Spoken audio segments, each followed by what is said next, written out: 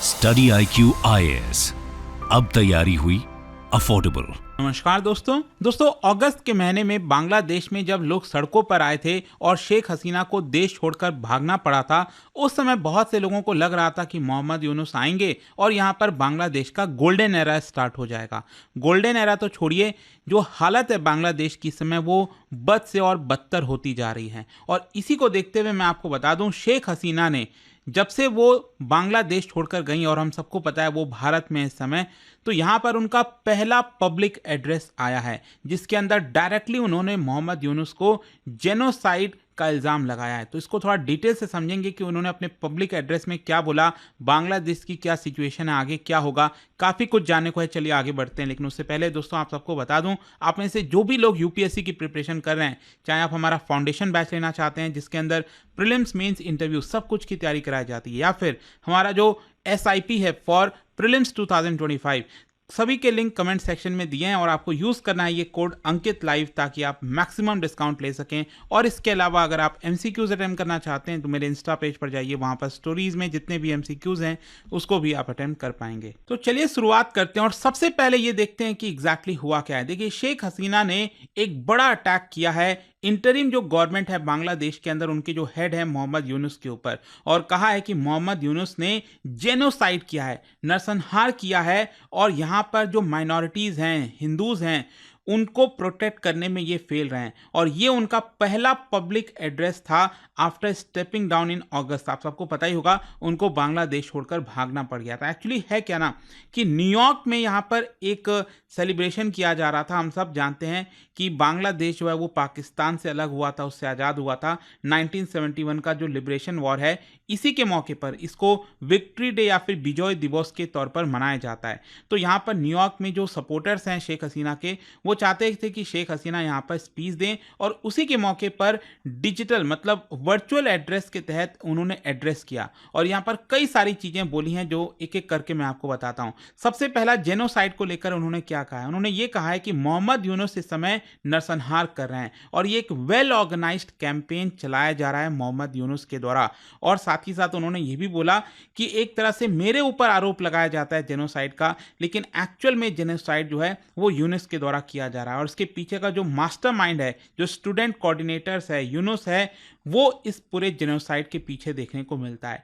साथ ही साथ उन्होंने ये भी पॉइंट आउट किया कि कैसे आज के डेट में बांग्लादेश के अंदर जो डिस्ट्रक्शन है माइनॉरिटीज़ का वो किया जा रहा है, चाहे हिंदू टेम्पल्स हों, बुद्धिस्ट श्राइन्स हों, चर्चेज हो गए, सभी को तोड़ने की कोशिश की जा रही है। हिंदूज, बुद्धिस्ट, क्रिश्चियंस कोई भी यहाँ पर सेफ नहीं है। और अभी तक लगभग 11 चर्चेस के ऊपर ऑलरेडी अटैक किया गया है, डिस्ट्रॉय कर दिया गया है। कई सारे टेम्पल्स पर अटैक हो ही रहा है और इसी का रेफरेंस लिया उन्होंने। आपको पता ही होगा अभी रिसेंटली बहुत ज़्यादा मामला गहरा गया है बांग्लादेश में, जब से हिंदू मॉन्क चिन्मय कृष्णा दास को अरेस्ट किया गया है। और उसी की तरफ इशारा करते हुए उन्होंने कहा कि एक तरह से जो माइनॉरिटीज़ हैं उनके ऊपर अटैक हो रहा है और उनको प्रोसिक्यूट किया जा रहा है। साथ ही साथ उन्होंने अपने स्पीच में यह भी बोला कि यहाँ पर जो रिलेशनशिप है, क्योंकि हम सब जानते हैं कि जो मोहम्मद यूनुस का रिलेशन है हसीना के साथ, वो काफ़ी ज़्यादा गंभीर रहा है हमेशा से।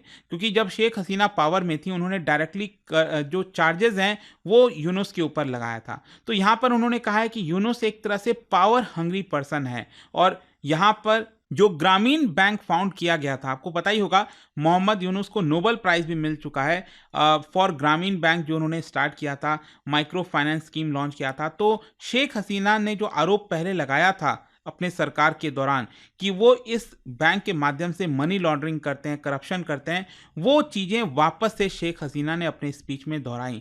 फिर इसके अलावा देखिए उन्होंने कुछ इंटरेस्टिंग चीज़ें भी कही हैं और वो याद करने की कोशिश की है उस समय को जब उनको बांग्लादेश छोड़कर जाना पड़ा था।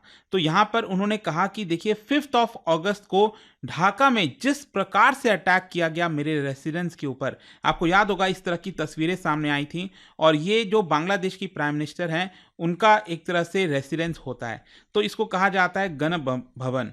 और वहाँ पर कैसे लोग चढ़ गए थे और उस टाइम को उन्होंने याद किया कि मुझे वहाँ से छोड़कर भागना पड़ा था। इनफैक्ट उन्होंने ये भी बताया कि अगर सिक्योरिटी गार्ड्स चाहते हमारे तो वो ओपन फायर कर सकते थे, लेकिन अगर वो फायर करते, गोलियां चलाते तो बहुत सारी जानें जा सकती थी और it was a matter of 25 to 30 minutes, जिसकी वजह से मुझे तुरंत वहां से भागना पड़ा था। एंड मुझे बोला, मैंने साफ साफ बोल दिया था अपने सिक्योरिटी गार्ड से कि आप प्लीज कोई भी गोली मत चलाइएगा, चाहे कुछ भी हो जाए। तो डिस्पाइट यहाँ पर उन्होंने कोशिश की सिचुएशन को काम करने की, लेकिन जो वायलेंस है वो और ज्यादा एस्केलेट हुआ और यहाँ पर उनको छोड़कर जाना पड़ा था। इनफैक्ट उन्होंने डायरेक्टली आरोप लगाया है मोहम्मद यूनुस के ऊपर और जो भी प्रोटेस्ट किया गया था कि जिस प्रकार से उनके पिता मुजीबुर रहमान, हम सब जानते हैं 1975 में जिस तरीके से उनको असैसिनेट किया गया, उनकी हत्या की गई, सेम उसी प्रकार से उनको और उनकी जो सिस्टर हैं दोनों को यहां पर मारने की कोशिश की जा रही थी। तो यहां पर अगस्त के महीने में हम बांग्लादेश छोड़कर आए और कोशिश ये था, यहां पर लोग ये सोच रहे थे कि सिचुएशन ठीक हो जाएगा, वॉयलेंस यहाँ पर रुक जाएगा, बल्कि आज के डेट में हम सब जानते हैं बांग्लादेश के अंदर वॉयलेंस और ज्यादा बढ़ गया है और जो लोग हैं उनको बांग्लादेश में जस्टिस नहीं मिल पा रहा है। ये सारी चीजें शेख हसीना ने अपने पहले पब्लिक एड्रेस में बोली हैं। और देखिए, हम सब जानते हैं कि यहाँ पर जब से शेख हसीना गई हैं, भारत का जो रिलेशंस है बांग्लादेश के साथ, मोहम्मद यूनुस के साथ, वो काफी ज्यादा डाउनफॉल में जा रहा है। स्पेशली भारत ने जो कंसर्न्स हैं वो भी रेस किए हैं, जिस प्रकार से हिंदू कम्युनिटी के ऊपर अटैक हो रहा है। और यहाँ पर आप देख सकते हो जो एमईए के स्पोक्स पर्सन उन्होंने बोला था, our position on the matter is very clear, कि जो इंटरिम गवर्नमेंट है मोहम्मद यूनुस की, उनकी रिस्पॉन्सिबिलिटी बनती है कि माइनॉरिटीज को प्रोटेक्ट किया जाए। ऑल्दो यहाँ पर जो बांग्लादेश है उन्होंने इस चीज को रिजेक्ट कर दिया और कहा कि ये मीडिया एग्जेजरेशन है, लेकिन भारत ने भी कहा था कि देखिए, इस तरह की जो बड़ी बड़ी डेवलपमेंट हो रही है, आप इसको सिर्फ मीडिया एग्जेजरेशन बोलकर डिसमिस नहीं कर सकते। खैर, यहाँ पर क्वेश्चन ये भी है कि इस समय बांग्लादेश की इकोनॉमी की हालत क्या है, क्योंकि देखो ये जो प्रोटेस्ट हुआ था ना बांग्लादेश में, काफ़ी समय से लगातार छोटे छोटे प्रोटेस्ट होते आ रहे थे। कहीं ना कहीं शेख हसीना ने शायद उसको बहुत सीरियस नहीं लिया था और उसी का नतीजा था कि अचानक से इतना बड़ा तख्ता पलट किया गया। तो यहाँ पर क्या है कि जो एक प्रोटेस्ट का मेन कारण था वो था इकोनॉमी, कि वहाँ के जो लोग हैं, गरीब हैं स्पेशली, जो वो इकोनॉमिक सिचुएशन झेल नहीं पा रहे थे, स्पेशली कोविड के बाद से इन्फ्लेशन और बहुत ज़्यादा प्रॉब्लमैटिक हो गया था। तो यहाँ पर कोशिश ये थी कि शेख हसीना जब जाएंगी, और मैं आपको स्टार्टिंग में भी बोल रहा था गोल्डन एरा आ जाएगा बांग्लादेश का, लेकिन सिचुएशन और ज़्यादा बदतर हो गई है। जो इकोनॉमिक अनसर्टेनिटीज़ हैं, क्योंकि क्या है ना, कोई भी देश तरक्की तब तक नहीं कर सकता जब तक वहाँ पर वॉयलेंस ना रुके, और बांग्लादेश में तो डेली बेसिस पर वॉयलेंस हो रहा है और यही कारण है कि यहाँ पर जो इकोनॉमिक सिचुएशन है वो और ज़्यादा ख़राब हो गई है। लोगों का कहना है, यहाँ पर जो एक्सपर्ट्स हैं उनका कहना है कि इन्फ्लेशन की जो समस्या है वो बांग्लादेश में पिछले कुछ सालों से थी, 10% से ज़्यादा इन्फ्लेशन मिल रहा था। लेकिन ऑब्वियस सी बात है, यहाँ पर जब डेवलपमेंट होता है, जब जीडीपी वगैरह बड़ी होती है, तो यहाँ पर इन्फ्लेशन भी थोड़ा सा हो जाता है। तो दोनों तरफ के आर्गुमेंट यहाँ पर बताए जा रहे थे, लेकिन यहाँ पर क्वेश्चन ये है कि क्या बांग्लादेश में कोई डेमोक्रेटिक इलेक्टेड सरकार आएगी, क्योंकि आप समझिए यहाँ पर एक सिचुएशन ये भी हो गया था कि बांग्लादेश से जब शेख हसीना भागी तो यहाँ पर उन्होंने कोई रेजिग्नेशन लेटर नहीं दिया, अभी तक कोई रेजिग्नेशन लेटर सामने नहीं आया है। और क्या है ना कि मोहम्मद यूनुस या फिर कोई भी अगर सरकार बनाता है तो उनको जरूरी है कि वो शेख हसीना का रेजिग्नेशन लेटर हो, क्योंकि जब तक वो रेजिग्नेशन लेटर नहीं है तब तक कैसे तय होगा कि वो प्राइम मिनिस्टर है कि नहीं। तो यहाँ पर अब जरूरी है कि क्या बांग्लादेश में वापस से इलेक्शन होगा, क्योंकि कई एक्सपर्ट्स तो ये भी कह रहे हैं कि जो मोहम्मद यूनुस हैं, जो पोजीशन पर हैं इस समय, वो काफ़ी कंफर्टेबल हो गए हैं। और यहाँ पर जो अपोजिशन पार्टी थी बांग्लादेश में, बांग्लादेश नेशनलिस्ट पार्टी, खालिदा जिया वाली जो पार्टी है, वो काफ़ी उत्सुक है कि जल्दी से जल्दी इलेक्शन कराया जाए और उनको यहाँ पर सत्ता मिल जाए, क्योंकि ऑब्वियस सी बात है जो शेख हसीना की पार्टी है अवामी लीग, उसका कोई बहुत ज़्यादा महत्व रह नहीं जाएगा। इनफैक्ट ये भी बोला जा रहा है कि मोहम्मद यूनुस के ऊपर प्रेशर है कि वो शेख हसीना की पार्टी अवामी लीग को यहाँ पर फ्यूचर इलेक्शंस के लिए बैन लगा दें। तो देखो, ये अगर हुआ तो अगेन बहुत बड़ा झटका होगा एक डेमोक्रेटिक कंट्री के लिए, जो भी कुछ था वो एक तरह से खत्म हो जाएगा। क्वेश्चन अब यहाँ पर यह है कि शेख हसीना का फ्यूचर क्या है। तो मैं आपको बता दूं, नवंबर में ही यहाँ पर जो बांग्लादेश के प्रोसिक्यूटर हैं उन्होंने already arrest warrant Sheikh Hasina के खिलाफ जारी कर दिया और यह भी कहा है कि बहुत जल्द हम इंटरपोल को रेड नोटिस भी जारी कर देंगे।